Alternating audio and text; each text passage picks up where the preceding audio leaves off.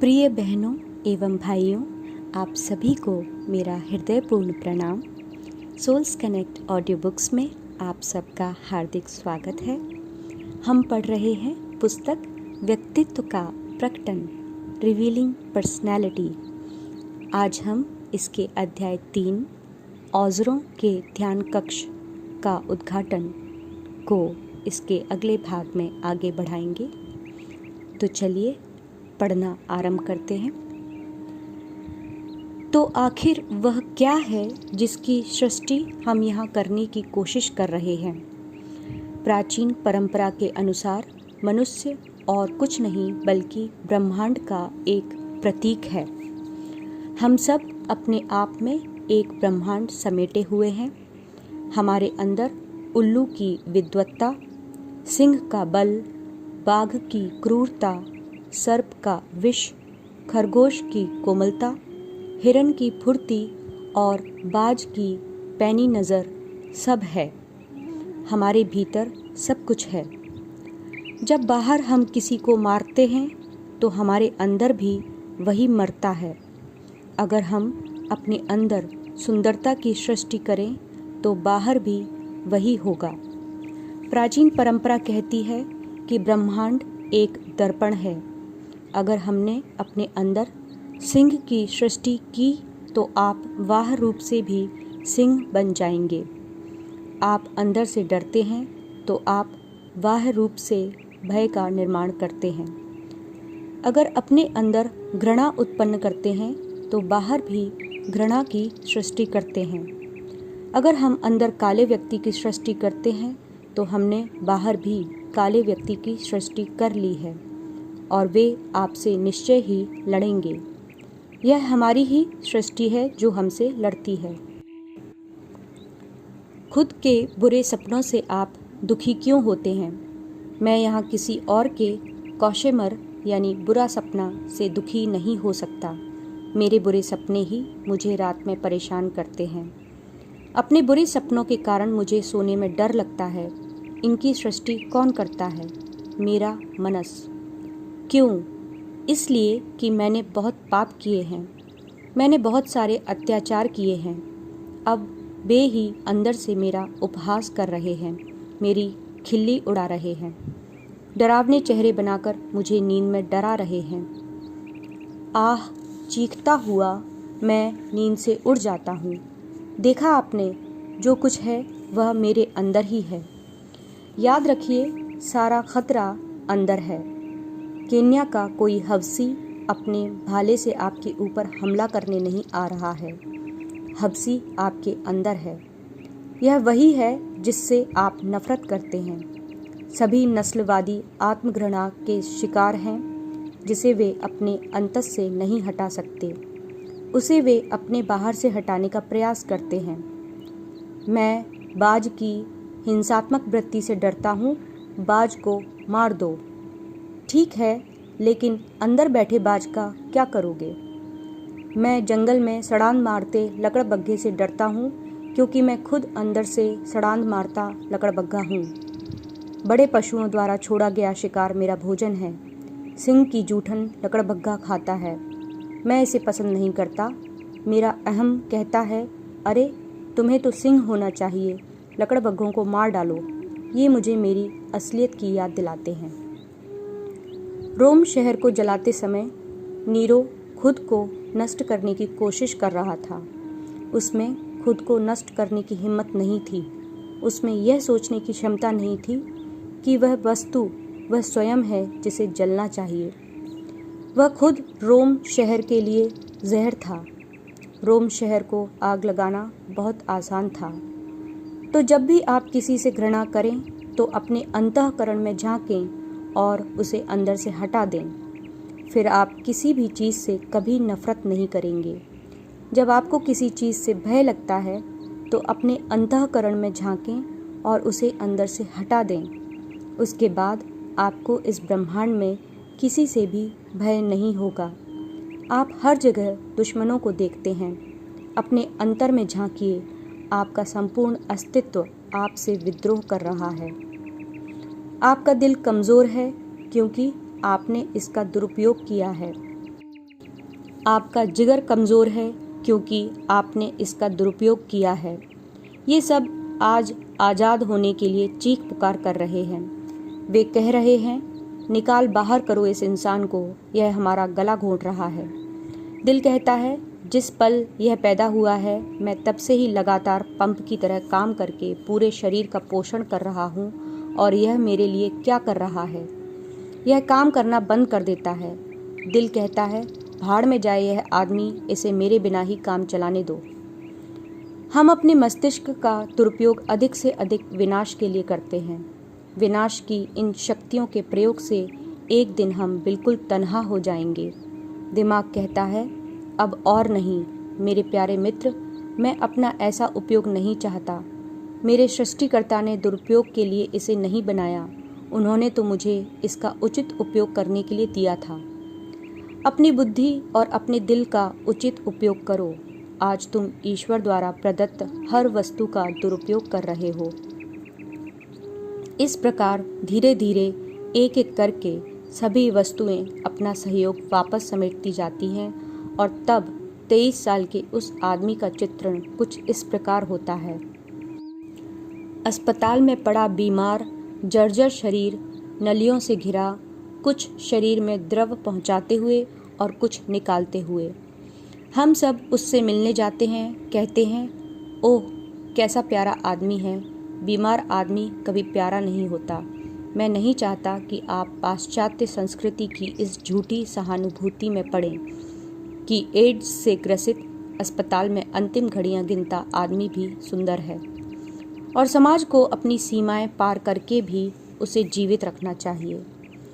जब आप अपने शौचालय में मल सहन नहीं कर सकते तो आप समाज की बीमारी को कैसे बर्दाश्त कर सकते हैं। कठोर शब्द नहीं, सत्य। हाँ, सत्य हमेशा कठोर होता है। सच को कोई पसंद नहीं करता। देखिए, हमारा एक कर्तव्य है जिसका पालन हमें करना है। पहला, हमें बिना कोई समझौता किए अपने खुद के जीवन में सफाई करनी है। मैं दूसरों के प्रति सहानुभूति रख सकता हूँ, किंतु स्वयं के प्रति कभी नहीं। किसी को किसी भी बात के लिए मैं भले ही क्षमा कर दूँ, लेकिन मुझे खुद को किसी भी अक्षम्य काम के लिए क्षमा नहीं करना चाहिए। मैं दूसरे का निम्न स्तर भले ही सहन कर लूँ, परंतु खुद का नहीं। मैं दूसरों के द्वारा बोले गए झूठ सुनने के लिए भले ही राज़ी हो जाऊँ, परंतु अपना बोला हुआ झूठ नहीं। जब तक हम खुद के लिए पूर्णता के ऐसे आदर्श स्थापित नहीं करते, हम अभ्यासी के रूप में असफल होते रहेंगे। क्योंकि यदि कोई अपेक्षा ही नहीं है, जब हम किसी दौड़ में हिस्सा लेते हैं तो जीतने के विचार से दौड़ते हैं, लाखों डॉलर कमाने की आशा से नहीं।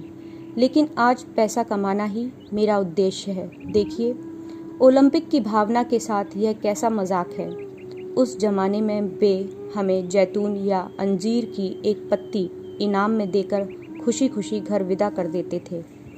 आज वे हमें आधा दर्जन टेनिस की गेंदों को इधर उधर मारने के लिए 60 लाख डॉलर इनाम देते हैं, जिसे 6000 निठल्ले मैदान में और 60 करोड़ निठल्ले टीवी पर देखते रहते हैं। इसमें क्या अनोखा है? 60 लाख का इनाम और वह अभिशप्त इंसान एड्स से ग्रसित हो जाता है। उसे एड्स होते ही सारा खिलाड़ी समाज उसके लिए चंदे से सहायता करना चाहता है। उस बेचारे आदमी के लिए। बेचारा आदमी क्यों? ऐसा बेचारा जिसने 270 लाख डॉलर कमाए और जिसके पीछे 400 स्त्रियां थीं, उसे मानवीय सहानुभूति पाने का हक कैसे है? समाज की जिम्मेदारी इतनी ही है कि उसे किसी अस्पताल में भर्ती कर दे, लेकिन यह जताने के लिए अपने आप को इतना गिराने का हक नहीं है कि हमारा समाज विलक्षण है, जहाँ एक व्यक्ति अपनी जिंदगी द्वारा 400 स्त्रियों को बर्बाद करने के बाद भी हमारे प्यार और आदर का हकदार है। हमें सम्मान और प्रेम देते समय हमेशा सावधान रहना चाहिए। ऐसे व्यक्तियों के लिए हम सहानुभूति तो रख सकते हैं, लेकिन प्रेम नहीं। ऐसे लोगों को तो सम्मान किसी भी कीमत पर नहीं देना चाहिए, वरना इसका यही मतलब होगा कि आप एक निकृष्ट वस्तु को उत्कृष्ट वस्तु के स्थान पर रख रहे हैं। वह फुटबॉल, टेबल टेनिस या और कुछ भी खेलता था, मैं नहीं जानता, लेकिन यह उसे नायक बनने का अवसर नहीं प्रदान कर देता। आप उसे प्लूटो, आइंस्टीन या आर्किमिडीज का स्थान नहीं दे सकते। आखिर वह एक गेंद खेलने वाला ही तो है। हमने संतुलन और दृष्टिकोण का सारा ज्ञान खो दिया है। हो सकता है कि हम में से कुछ लोग मन ही मन इसकी प्रशंसा भी कर रहे हों।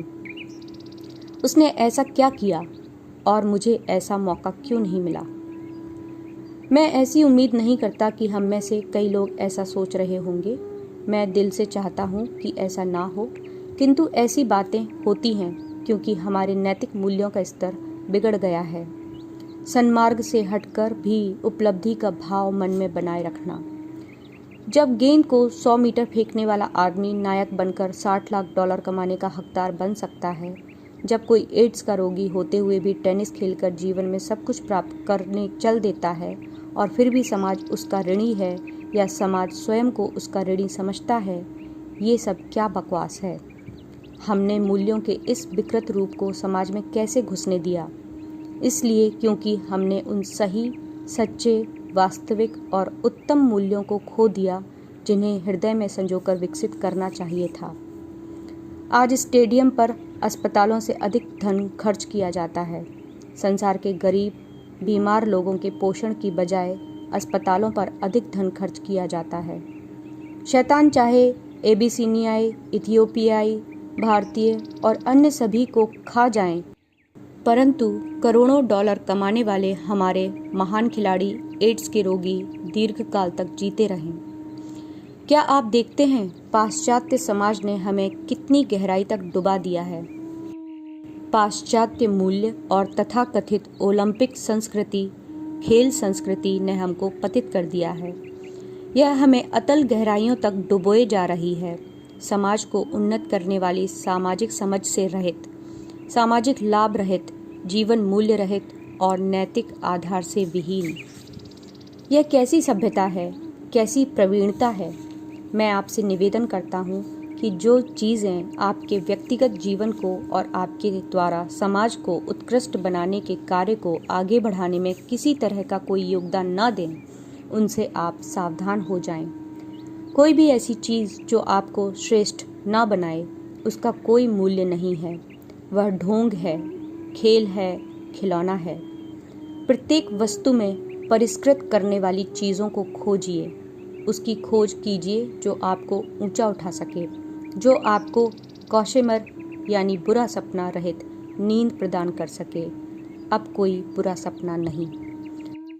मैं आशा करता हूँ ये ध्यान कक्ष सहज मार्ग की यह नई संस्कृति, यह एक संस्कृति है जो केवल 2 घंटे का दैनिक अभ्यास मात्र नहीं है, जिसके बाद कुछ भी करने के लिए हम स्वतंत्र हैं।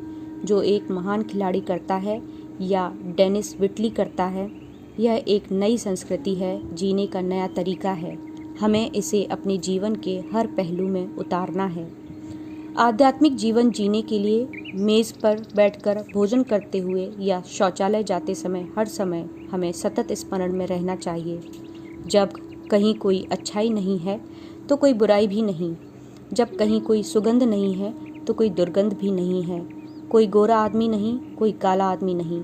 यह संसार और ब्रह्मांड इस तरह नृत्यरत हैं कि जो कुछ भी हम देखते हैं वह उस उज्जवल प्रकाश की चमक है।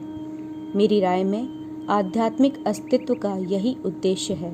मैं विश्वास करता हूँ कि संसार भर में श्री रामचंद्र मिशन में हम यही करने का प्रयास कर रहे हैं। मैं विश्वास करता हूँ कि आप में से प्रत्येक यही करेंगे। मैं प्रार्थना करता हूँ कि यह मिशन, यह संस्था, मालिक की शिक्षाएं और यह अभ्यास आपको वह बनने में सहायता करेगा। धन्यवाद। यह अध्याय यहीं समाप्त होता है। अगले अध्याय को लेकर हम आप सबके समक्ष शीघ्र ही आएंगे। हमारे साथ बने रहने के लिए आप सभी का हृदयपूर्वक धन्यवाद एवं आभार।